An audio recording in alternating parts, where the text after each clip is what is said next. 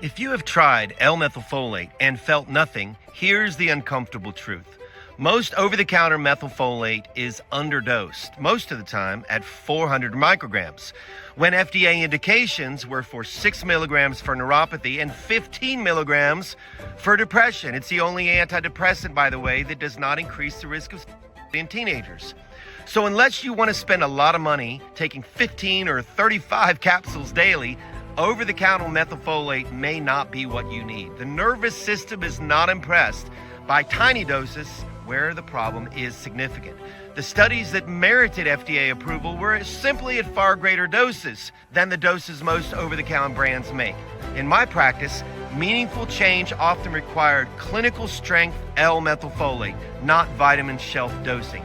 This is why my long-haul COVID support protocol and my pediatric vaccine injury support protocol includes L-methylfolate at appropriate doses, because I watched too many people stay stuck until we supported the pathway properly. With MTHFR mutations on the rise, many people simply cannot metabolize folic acid or folinic acid very well. L-methylfolate at proper doses, however, may give the body what it needs to heal. Follow if you'd like to learn more about this.